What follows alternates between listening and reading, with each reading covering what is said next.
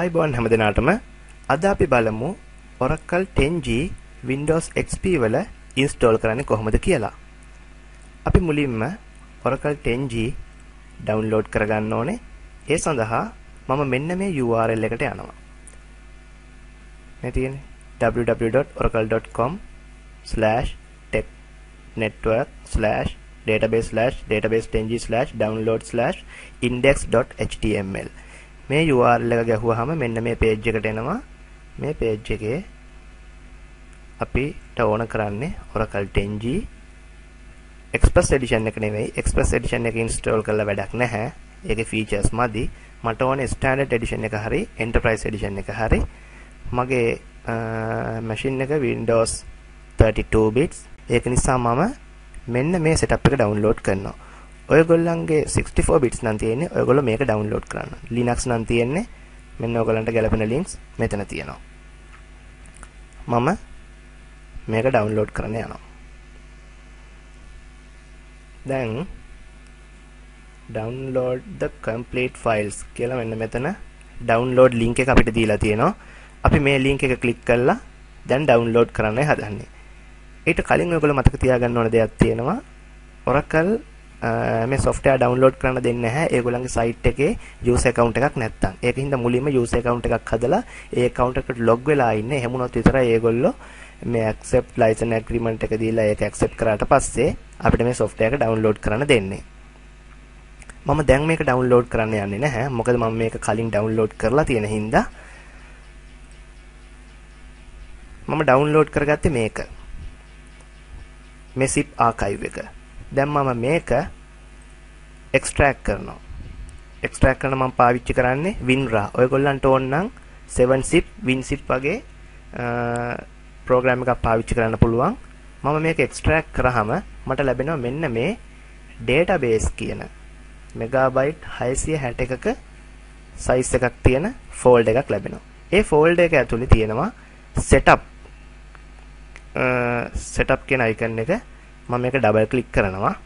දැන් මෙතන මේ DOS prompt එකෙන් කරන්නේ මුලින්ම මතුනේ DOS prompt එක. ඒ DOS prompt එකෙන් කරන්නේ මගේ machine එකේ Oracle install වෙන්න අදාළ requirements තියෙනවද කියලා බලන එක. දැන් මෙන්න මෙතන installation wizard එකම අපිට මතුණා.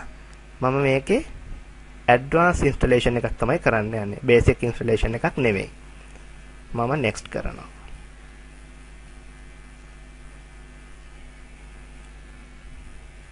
දැන් මෙන්න මෙතන අපිට තෝරගන්න පුළුවන් install කරන්න enterprise edition එකද, standard edition එකද, personal edition එකද, custom කරන එකද කියලා. custom කියන එක නම් තෝරන්න යන්න එපා. ඔයගොල්ලෝ තවම Oracle මුලින්ම පටන් ගන්න කට්ටිය හින්දා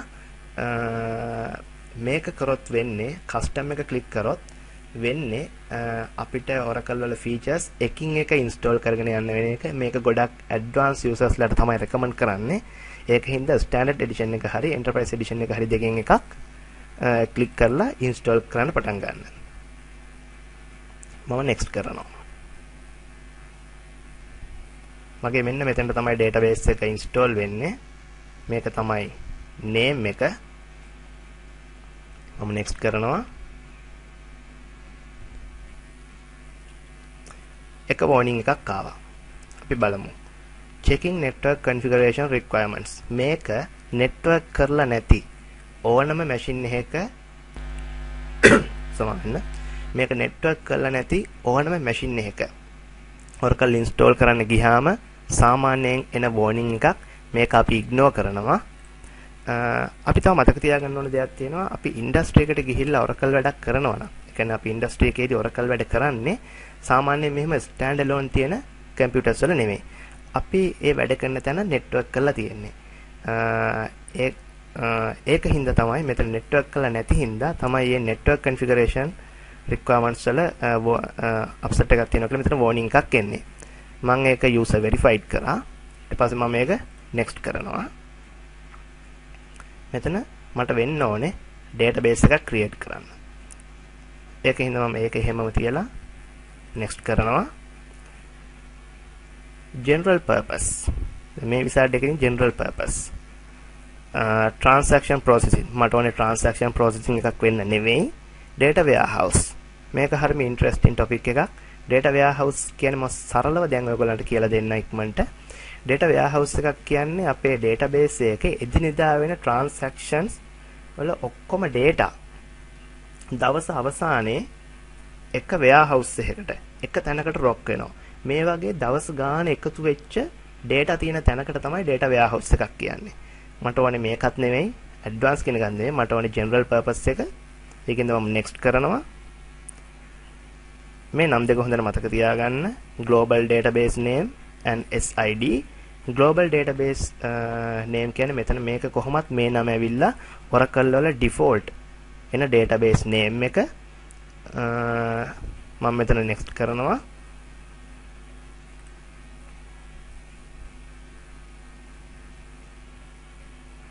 use database control for database management. ඒකත් මම next කරනවා. file system specify database file location. හරි මේ එකේම තමයි අපි install වෙන database එකත් මම එතෙන්ටම යවනවා.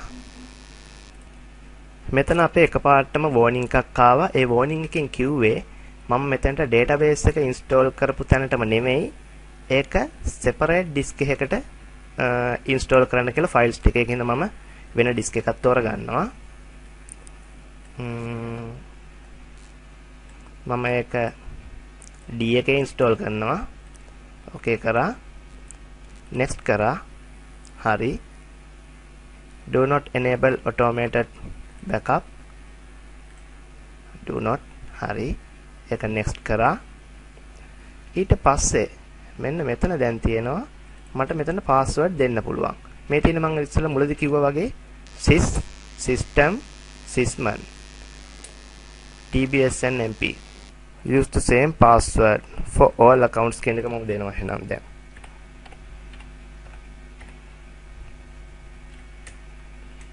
password එකට මම දෙන්නේ Oracle කියන එක.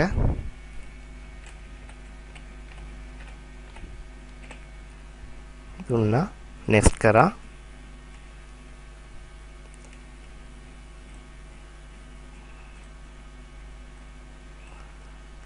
firewall exception එක unblock කරා.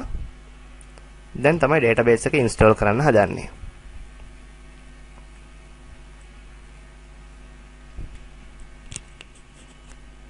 මේක ගොඩක් වෙලාව ගත වෙන වැඩක් Oracle installation එක. මේක installation speed එක ඔයගොල්ලන්ගේ PC එකේ speed එක මත රඳා පවතිනවා. කොහොමත් අඩුම RAM එක 1GB වත් තියෙන machine එකක තමයි මේක install කරන්න ඕනේ. මොකද Oracle installation එක installation වුණාට පස්සේ Oracle software එක RAM එකෙන් හරියටම භාගයක් Oracle සඳහා ගන්නවා.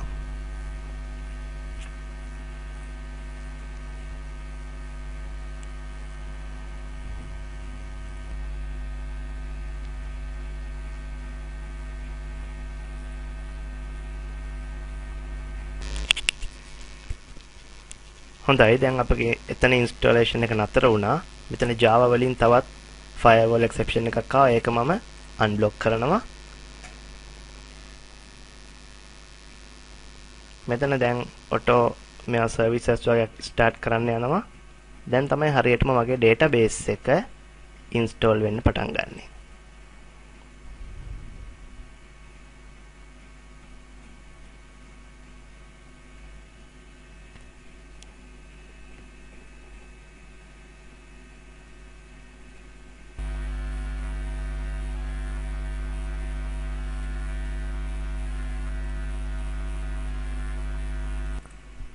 දැන් මගේ database එක install වෙන අතරේ මෙන්න මෙහෙම pop up window එකක් ආවා.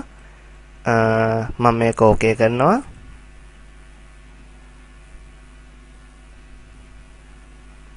මේ service තුنين දෙකක් start වුණා. දැන් හරි. දැන් මෙතන වැටුණා the installation of the Oracle database 10G was successful. දැන් installation එක හරි. දැන් මම මේක exit කරනවා. හරි. ඊට පස්සේ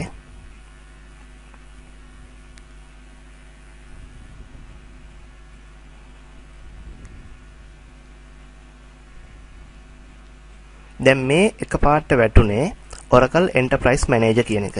මම අර ඉස්සෙල්ලා කිව්වා වගේ Windows 7 වල වැඩ කරන්නේ නැත්තේ මෙන්න මේ Oracle Enterprise Manager කියන එක. අපි ඊළඟ වීඩියෝ එකේ ඉඳන් බලමු කොහොමද Oracle වලට log වෙන්නේ. අපි install කරාට Oracle හරියට install වෙලාද? services වල තියෙන Oracle services හරියට වැඩ කරනවද කියලා අපි ඊළඟ වීඩියෝ එකෙන් බලමු. හැමදෙනාටම ආයුබෝවන්.